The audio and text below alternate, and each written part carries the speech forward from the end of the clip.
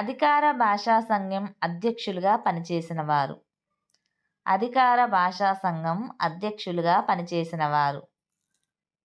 వావిరాల గోపాలకృష్ణయ్య, వందేమాతరం రామచంద్రరావు, శ్రీమతి Anasuya Devi, C Narayana Reddy గారు, Kothapalli Veerabhadrarao, doctor NVR Krishnamacharya గారు, doctor P Yashoda Reddy,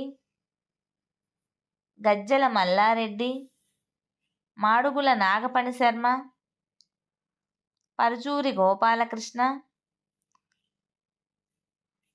మొదలైనటువంటి వారు. పారిభాషిక పదకోశం ఎవరి అధ్యక్షతన తయారు చేశారు? పారభాషిక పదకోశం ఎవరి అధ్యక్షతన తయారు చేశారు? అయ్యదేవర కాళేశ్వరరావు అధ్యక్షతన తయారు చేశారు. నెక్స్ట్, ఈ పారిభాషిక పదకోశము ఏ సంవత్సరంలో తయారు చేయబడింది? పారిభాషిక పదకోశం ఏ సంవత్సరంలో తయారు చేయబడింది? 1963వ సంవత్సరంలో తయారు చేయబడింది. నెక్స్ట్, పరిపాలనా న్యాయ పదకోశమును వెలువరించింది. పరిపాలనా న్యాయ పదకోశమును వెలువరించింది తెలుగు అకాడమీ వారు. పరిపాలనా న్యాయ పదకోశమును వెలువరించింది తెలుగు అకాడమీ వారు. నెక్స్ట్, పరిపాలనా న్యాయ పదకోశంలో ఎన్ని పదాలు ఉన్నాయి? పరిపాలనా న్యాయ పదకోశంలో ఎన్ని పదాలు ఉన్నాయి? 27,600 పదాలున్నాయి. పరిపాలనా న్యాయ పదకోశంలో మొత్తము 27,600 పదాలున్నాయి. నెక్స్ట్, పరిపాలనా న్యాయ పదకోశం ఏ సంవత్సరంలో వెలువడింది? పరిపాలనా న్యాయ పదకోశం ఏ సంవత్సరంలో వెలువడింది? 1980 సంవత్సరంలో పరిపాలనా న్యాయ పదకోశము వెలువడింది. నెక్స్ట్, ప్రభుత్వ కార్యాలయాల్లో చేసే పని తెలుగులోనే సాగాలి అని, సచివాలయ స్థాయి మంచి ఉత్తర్వులు కూడా తెలుగులో రావాలి అని ప్రభుత్వ ఉత్తర్వులు ఎప్పుడు వెలువడ్డాయి?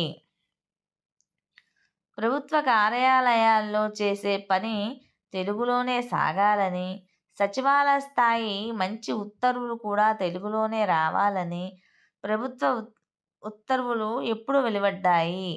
1988 నవంబర్ 1వ తారీఖున వెలువడ్డాయి.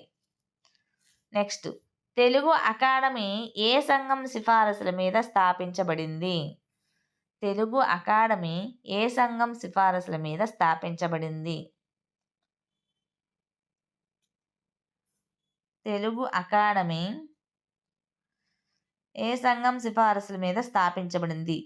ఇది గ్విన్ సంఘం సిఫారసులపై 1968వ సంవత్సరంలో స్థాపించబడింది. గ్విన్ సంఘం సిఫారసులపై 1968వ సంవత్సరంలో స్థాపించబడింది. నెక్స్ట్, అధికార భాషగా తెలుగు. ఆచరణలో అవరోధాలు. అమలు పరిచే వారికి భాషా పరిచయం, చిత్తశుద్ధి లేకపోవటం అనేది అవరోధాలకి చెప్పుకోవచ్చు. తెలుగు భాష అవరోధం కింద చెప్పుకోవచ్చు. నెక్స్ట్, ఆంగ్ల భాషపై వ్యామోహం ఎక్కువగా ఉండడం వల్ల తెలుగు భాషని అధికార భాషగా పట్టించుకోకపోవటం, అమలు పరచకపోతే శిక్ష పడుతుందనే భయం లేకపోవడం, అలానే కార్యాలయంలో తెలుగు టైపిస్టులు, టైప్ మిషన్లు కొరత రావడం, రాష్ట్ర స్థాయి అధికారులకు అధికార భాష మీద భావన అన్నది మంచిగా లేకపోవడం, తెలుగులో ఆంగ్లమునకు తగిన సమానార్థక పదాలు లేకపోవటం, ఇంగ్లీషు మాట్లాడుట హోదాగా భావించడం మొదలైనవన్నీ కూడాను అధికార భాషగా తెలుగు ఆచరణలో అవరోధాలు ఏర్పడడానికి ముఖ్య కారణాలు. సో టీచర్స్, మీకు కనుక ఈ వీడియో నచ్చినట్లయితే ప్లీజ్ లైక్ చేయండి, షేర్ చేయండి, సబ్స్క్రైబ్ చేయండి, అలానే సపోర్ట్ చేయండి టీచర్స్. మీరు ఇచ్చేటువంటి విలువైనటువంటి సపోర్టు మాకు ముందడుగు వేయడానికి మంచి అవకాశం ఉంటుంది. ప్లీజ్ సపోర్ట్ చేయండి.